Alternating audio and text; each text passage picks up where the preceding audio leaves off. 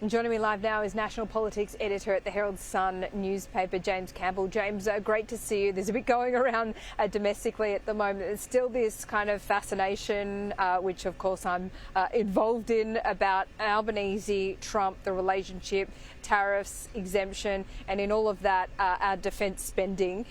Do you think that any of this is hurting Anthony Albanese, though? Because I ask that in the context of the attitudes of Australians towards the US president.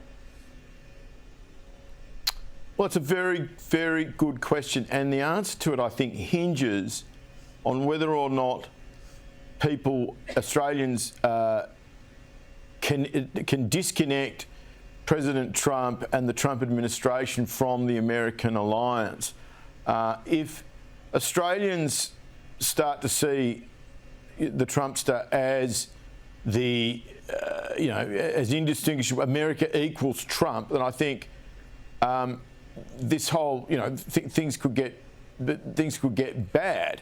But if they if people think, well, our relationship with the United States will endure, presidents come and go, and President Trump is not a normal president, then I suspect people will give Albanese, won't sort of hold him responsible for how the relationship's going. I mean, the fact of the matter is, President Trump's got problems in his relationships with everyone.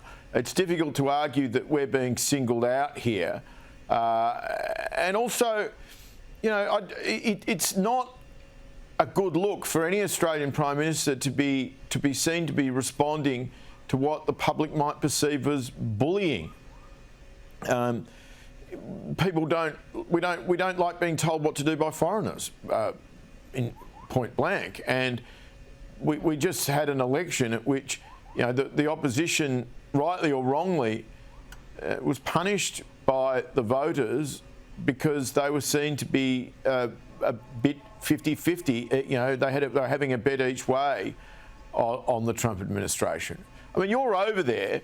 I mean, what do you think is going on with our relationship? Do you think it's froth and or do you think there are real problems? Well, problems is one thing. Are we front and centre at the moment? Absolutely not. I think Kellyanne Shaw, who just joined us on the program, she's a trade negotiator. She was with Trump in the former administration. She points out that sometimes it's a good thing not to be mentioned, particularly if Trump is in this kind of mood. I mean, he singled out Japan today, saying no US cars can be sold into Japan. That's got to change. He likes countries that run a trade deficit with the US, and that is Australia. Do I think there's an issue with communication and Rudd being ambassador and that being a bit of a roadblock there? Well, look, it's hard to tell. It's perhaps a small part of it, but it's certainly not everything. But it can't be totally discounted. That's how I would characterise it. I mean, DC is a town that talks, right? I've met up with a lot of staffers, a lot of lobbyists here over the last couple of days, and they definitely think there's a bit of a communication block that wasn't there in the first administration when we had a different ambassador. So that's not nothing. It's not everything, but it's certainly not nothing, James. So we will see whether he gets a meeting with Donald Trump. I think face-to-face meetings with Donald Trump matter more than they do with perhaps previous presidents, because he is so transactional. You get in front of him, you plead your case. If he likes it, he can often respond well to that. So we can't discount that, can we, James? No, we can't. Do you get the sense? I've ended up interviewing you here, but do you get the sense that people really think we'd be doing better with a different ambassador?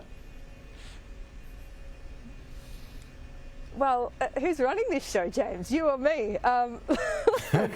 I think there are. Well, I'm just curious because I think when you're talking to people behind the scenes, you've always got to be careful about what their motives are, and I'm very cautious in that sense. Rudd is very respected in this town when it comes to his views, his expertise on China. Trump is not focused on that at the moment, so Rudd probably doesn't matter so much.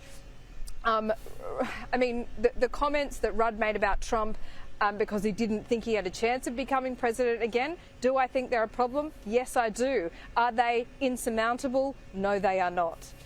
Any final questions from you, James? No, I think that you're doing really well over there and we're loving it. Okay. Well, thanks. Yeah, I'll let you host my show another time, but for now, we'll leave it there. Enjoy Melbourne. It's a heat wave over Okay. here. I don't think it'd suit Thanks, you in Josie. that suit. James Campbell,